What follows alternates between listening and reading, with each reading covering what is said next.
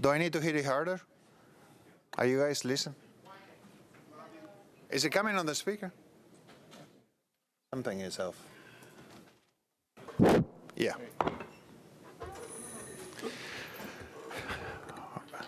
All right. Good afternoon, everybody. Welcome to the Planning, Zoning, and Historical Committee meeting of June 4th, 2019.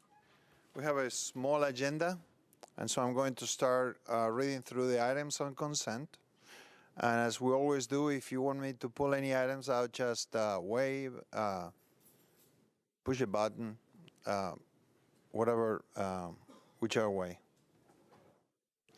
All right.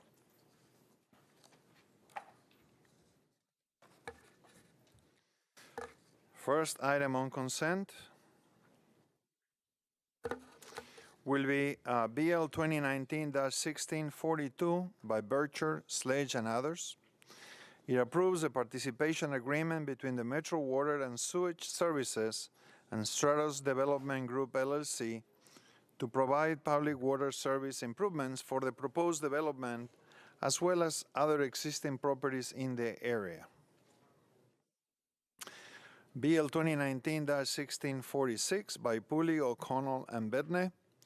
It abandons an existing easement rights located at 2003 B. Castleman Drive, formerly known as Burtonwood Drive.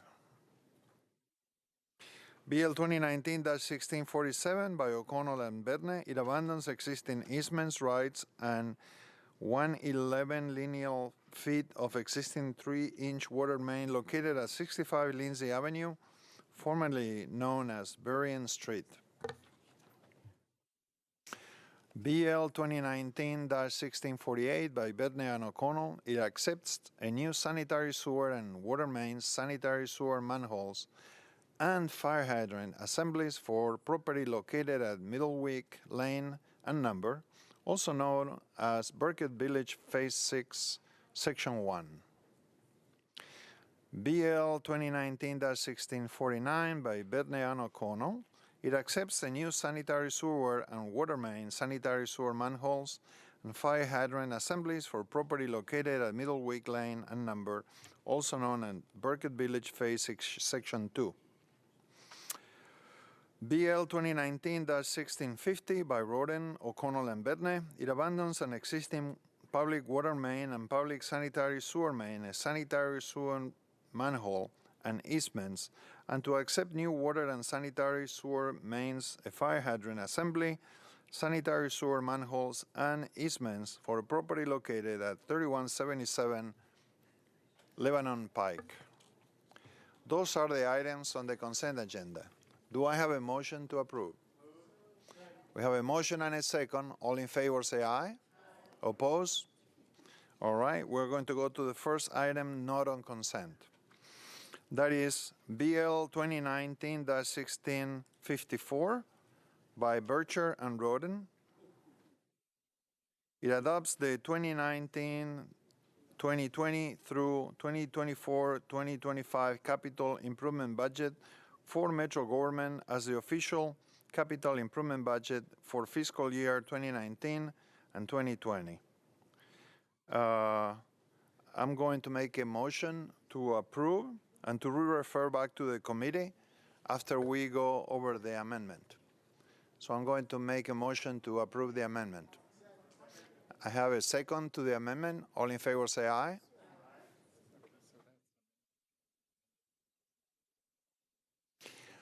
Okay, I'm going to take back that amendment. How do I do that? You'll just move approval. But I already made a motion to approve the amendment. Right, but you can just make a new motion to approve as originally drawn. All right, so I'm going to ignore the amendment and just make a motion to approve the capital improvement budget and then refer back to the committee. Do I have a second for that motion?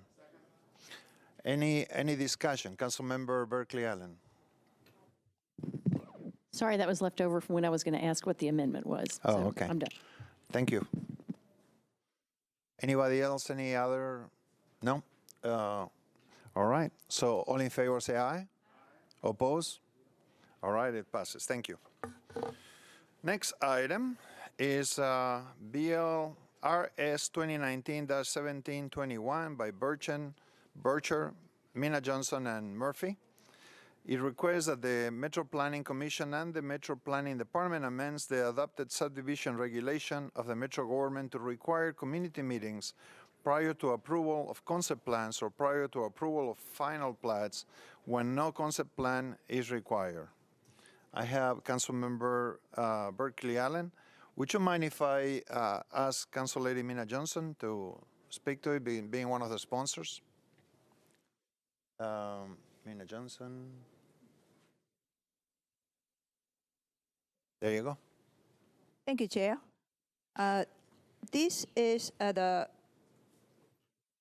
making the change to Metropolitan rules and procedure to require some plot improvement, which does not require just a simple mandatory referral, and also final plot approval and final SP to mandate a community meeting prior to their consideration.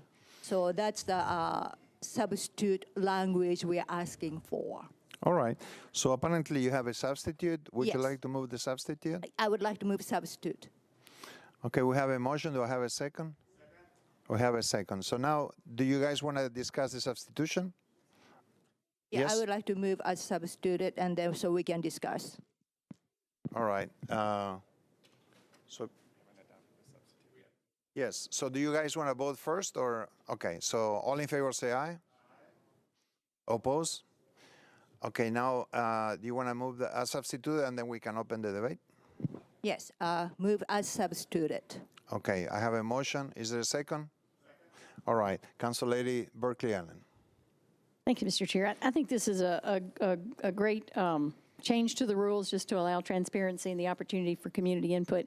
My understanding was that initially there was concern that there would be an awful lot of things that were as simple as moving lot lines that would fall underneath this that would make it cumbersome. So I just want to assure that, does the substitute pull those out so this would just apply to larger projects? Yes, that's my understanding. I think planning desk can further clarify that. Great.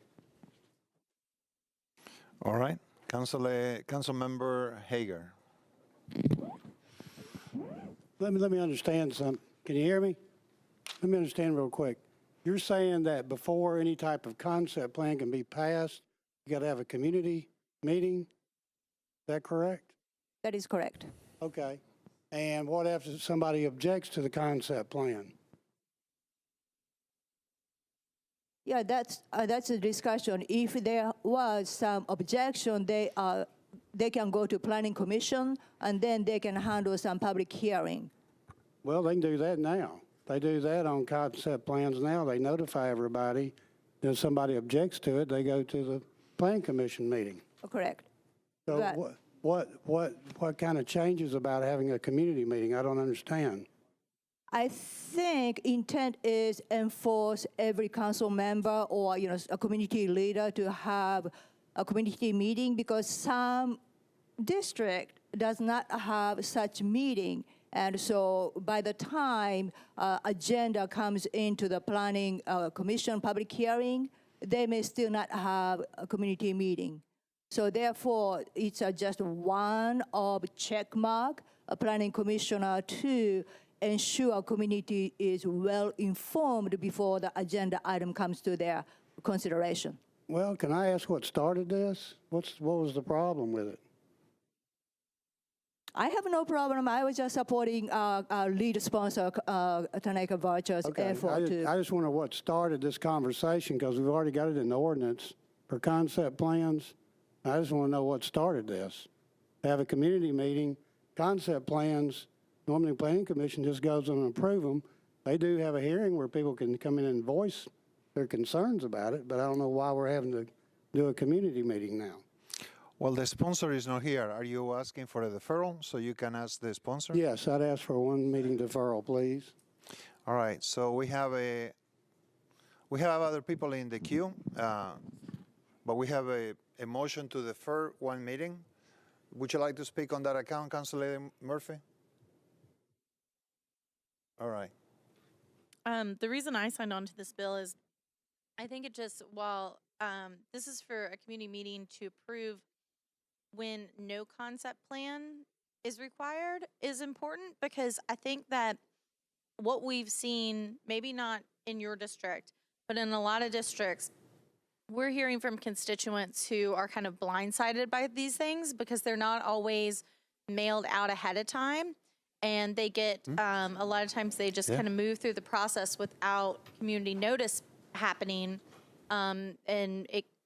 What is important here is that we have good government, we have transparency, and we no longer are, as a council member, having doubts of another council member who says, oh, well, I notified the community. Well, now we know that there's a documented trigger for that community meeting.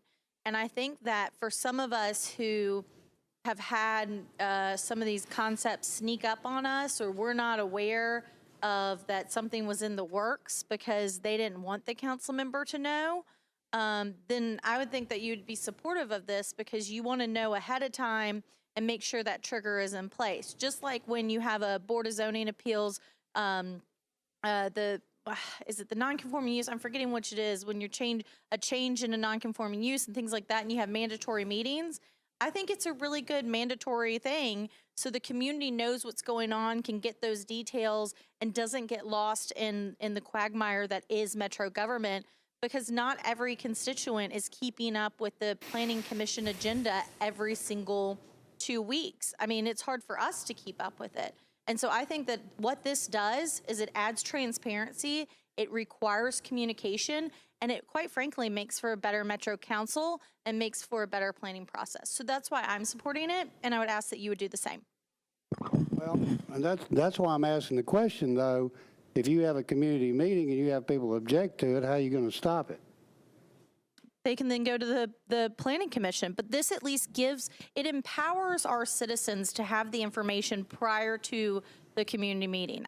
There is an issue going on in a district next to mine right now who they have been fighting for information and holding their own community meetings. And a lot of times the developers won't come to the table because they know they can just go to the Planning Commission. And so what this does is it empowers the council members and empowers the constituents. Yeah, but the Planning Commission sends notices out, do they not, when the concept plans are being run through there? Heard of planning? Am I right, Lisa? And how many times I can't tell you how many times I get calls on things of like, what does this mean? And maybe not in my district, but a lot of times I get them for my father's properties, and I'm, you can't find the information easily if you were just your average citizen. We on the council are much more empowered to get this information, but your average citizen gets something and it's kind of scary to them. And you just simply have a community meeting. They may show up, they may not. But at the end of the day, I think requiring this body to have more transparency and more accountability to the people is better, because I can't tell you how many times I've been frustrated on this council floor with council members who claim that they have had community meetings and have not. Okay, Council Member Glover is next on the queue. Oh, hold on. There you go. Thank you, Chair. Yes. Is this? We are debating the. Yeah, I know. We just don't debate. have much volume, it doesn't sound like.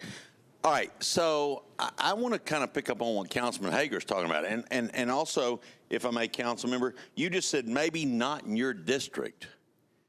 Isn't that one of the reasons we're elected as district council members, to debate these issues inside of our districts? Is to go through this, and if people are not happy with it, then they will tell us. Believe me, I had one. I've never had anyone contested before. I had one that I had more meetings on than ever before, but they would come down here and say, he didn't do the meetings the way I wanted, or he didn't do it this way, or he didn't do it that way. So how do we justify, how do I justify reaching in to Councilman Hager's district or Councilman Davis's district or Withers or Hall's or anybody else's district when we're doing what we think we should be doing? Believe me, I believe the public, we can pretend like they're not paying attention, but they are. And if there's people in your district that don't feel like things are happening just right, or if you're debating other districts for people outside of your own district, then that's a completely different conversation than what we're having right here. We are elected to represent the people who elect us in that district, and only the people in that district elect us. We don't elect all 35 council members. Well, on this one, I'm not really understanding where we're going with this, because transparency is here every day. And so I got to go with Councilman Hager on this one. I believe that a deferral for one to sit back down and have a legitimate conversation to say, what are we actually trying to accomplish? That's a completely different conversation than what I think I'm hearing right now. Thank you, Chair. And I just want to remind you that we are just voting on the deferral, not on the merits of the legislation. Well, but we didn't we didn't vote on it. I got you. So to clarify for my fellow council members who I don't think understood what my point was being, is that I think that the councilmen from Hermitage and Old Hickory have good points of, they have held meetings, but we do have people that come up here and say they weren't held the way we wanted. We didn't know about them, this, that, and the other. What better way to have transparency in our community and cover our own tails to say, look, this is the official mechanism to have a community meeting. I followed it. It was publicly noticed this way. It was publicly noticed that way, and increase that communication. I'm not going to oppose the deferral tonight, but if you feel that you don't need this transparency in Metro government, then that is your prerogative. I'm for transparency in Metro government. Thank you, council members. So we have other people on the queue. Do any of you want to talk on the deferral issue? No, move the deferral, please. Okay. Yes, I have Councilmember Hall, Wieters, Glover, and Mina Johnson. Well, no, I want to vote on the deferral. Okay. So we have a motion and a second to defer one meeting so we can hear from Council Lady Bircher next meeting. All in favor say aye. Aye. Oppose? All right, passes. Thank you very much. Next item on the on the schedule is BL 2018-1363 by Hueso and Glover. It changes 5.15 acres from RS10 to SP zoning for property located at 944 Curry Road and Curry Road and number northwest of Vinson Drive to permit 24 multifamily residential units. Councilmember Glover? Councilmember Glover? Let me see. Yes. Yes, thank you, Chair. It is my understanding between the developers and everybody else, this has been dealt with. If somebody knows something different, I'm more than happy to hear it. But Council Lady Hueso was not going to be available this afternoon, so I signed on to help with it, but I'm open to conversation. All right, so you want to move for approval? Yeah, I'll move for approval, yes. All right. I have a motion. Is there a second?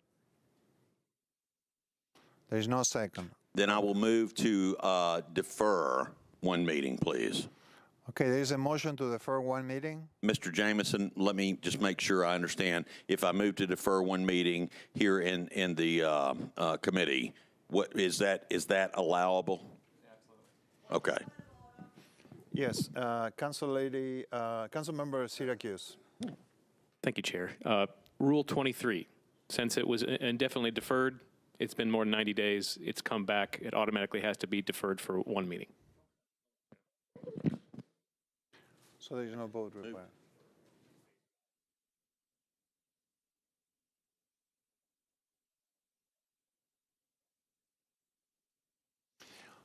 So he made a motion to defer one meeting. Yeah, and I mean, and if it, I don't really care if we're moving under Rule 23 or 1, or moving to, but yeah, I don't have a problem with deferring one meeting. Thank you, Councilmember. Is there a second to the motion to defer one meeting? There is a motion and a second. All in favor say aye. Aye. Oppose? It's defer one meeting. Thank you. BL 2019-1616 by Bircher and O'Connell and me. It approves an agreement between the Metro government and Preston Hollow Capital LLC relating to the operation and modernization of the on-street meter parking program within the public rights-of-way of the Metro area and making necessary related amendments to various provisions of the Metro Code to facilitate the operation and modernization of the on-street meter parking program. And I want to make a motion to withdraw. I have a motion to withdraw, and there is a second. I have people on the queue. Do you want to talk about the withdrawal? I don't think there is any. All right, so we have Councilmember Hall on the queue. I'm sorry. It was Still left over from the last one. all right, okay, but you can talk if you. Councilmember Glover, you're on the queue. Thank you, Chair. Yeah, and I wanted to make sure we did discuss it because last night we were pretty emphatic on we were going to defer it indefinitely versus withdraw it. And I think there were a lot of people in the city that thought this was going to be withdrawn. And I asked a question that if we leave it on the table, then after the election on August 1st, could it be brought back and could it in fact be voted on? And I think people throughout Nashville felt like that this was gone away until after the election. We could sit down and have a long conversation about it. Mr. Jameson, the question I had last night, same question I'll have today, please, sir. If we had left it as just a deferral, and deferred indefinitely, it could have been brought back, is my understanding. That's correct. And there were 2 meetings in August that it could have been voted on and could have been passed under this current term. That's correct. All right, so now I'm going to, since the motion had been made to withdraw it, if the motion to withdraw is done in this committee, but the motion to defer indefinitely was done under Budget and Finance, which one, and I'll just use the word trumps, which one trumps the other as far as how we actually handle it tonight on the floor with the council as a whole, please, sir? So it'll depend on how the sponsor approaches it. Under Robert's rules, a sponsor can withdraw legislation without debate. They are in full control of the legislation that they introduce and that they are sponsoring. So if the sponsor stands up and says, I withdraw, there's no debate, there's no vote, it is withdrawn. If they move to withdraw, that's a motion that the body has to vote on, and the body could vote against the withdrawal. I wouldn't anticipate that, but. And so are the only 2 sponsors that we see here are Council Lady Vercher and O'Connell. Correct. Is there anybody else that has attached their name to this? Not that I'm aware of. No one else. So I just want to make sure that I fully understand where we're heading here. If the recommendation is, are we actually making a recommendation to withdraw by this committee versus a just withdrawal motion? Yes, it's a motion to withdraw. Assuming the committee votes in support of that motion, it's a recommendation of withdrawal. All right. And so one more thing. I'm just trying to make sure I understand the way the rules work. In the event the sponsor says, nope, don't want to withdraw it, I want to go ahead and keep it on here as a deferred indefinitely, then that would then trump, I'm going to use the same word, that would then trump what we do here in the committee. Yes. Okay. All right. Thank you, sir. Councilmember O'Connell. Thank you, Mr. Chair. I will say I don't have particularly strong feelings. This will be, I believe, before Public Works as well. I think the indefinite deferral, we know that if it doesn't come back up this term, it's, as we've already discussed in Budget and Finance, then it is effectively dead for the term. If the administration has no particular inclination, I could go with either way. I know, Mr. Chair, you've already moved to withdraw in this committee, and I imagine we'll just see what happens on the floor at this point. So I guess I'm not going to, I don't intend to override or try to instead move to defer indefinitely. So I'm content to follow the speaker's motion, the chair's motion. Okay, so we have a motion to withdraw and a second. All in favor say aye. Opposed? It's withdrawn. The next item is BL 2019-1627 by Bircher and Councilmember Hall. It establishes a new fee structure for all short-term rental property permits applications and amends the Metro Code related to short-term rental property permit application fees. Councilmember Hall. Thank you, Chair. I believe we moved yesterday to have this deferred. We passed the substitute and then had. Yeah, there's a substitute. What do you propose? Well, I want to move the substitute and then defer it again. Okay, stay on the mic, please. So we have a motion to substitute. Do we have a second? We have a motion and a second. All in favor, say aye. Aye. Oppose? Your answer. Okay. I'd like to move that we deferred. I believe it was, if I'm not mistaken, Mr. Jameson, did we defer? No, the Budget Committee approved as substituted. So we approved as substituted, but Correct. did we defer one meeting after that? I believe Okay. so. So I just want to go ahead and have it moved with the substitute approved. So we have a motion as substituted. We have a second. We have a second. All in favor, say aye. Oppose? Thank you. Thank you, council member. And then you approved as substituted? We just say. Okay. I think. Last item belongs to Councilmember Scott Davis. It was disapproved by the Planning Commission.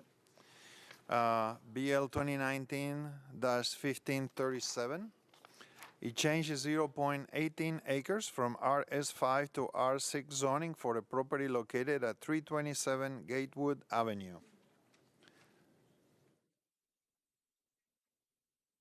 Councilmember Scott Davis. Yes, I got Mr. President, I have a quick question for Mr. Jameson. Which deferral are we on for this bill? I don't have the deferral count. The deferrals on third reading on a zoning bill won't count towards any indefinite deferral, so you could continually defer if you Yeah, need to. I'd like to recommend a deferral to the, we have two extra, to the last meeting in June, because I know we have three this month. June 18th? Isn't there one more after the 18th? Oh, that's No, the 10th. June 11th and then June 18th. All right, June 18th, please, sir. Mr. Chair, I'd like to defer to the June 18th meeting, please. So we have a motion. Is there a second? Second. We have a motion and a second. All in favor, say aye. Aye. Oppose? That was the last item on the schedule. Are there any items, any discussion? Otherwise, enjoy the rest of the day. Thank you.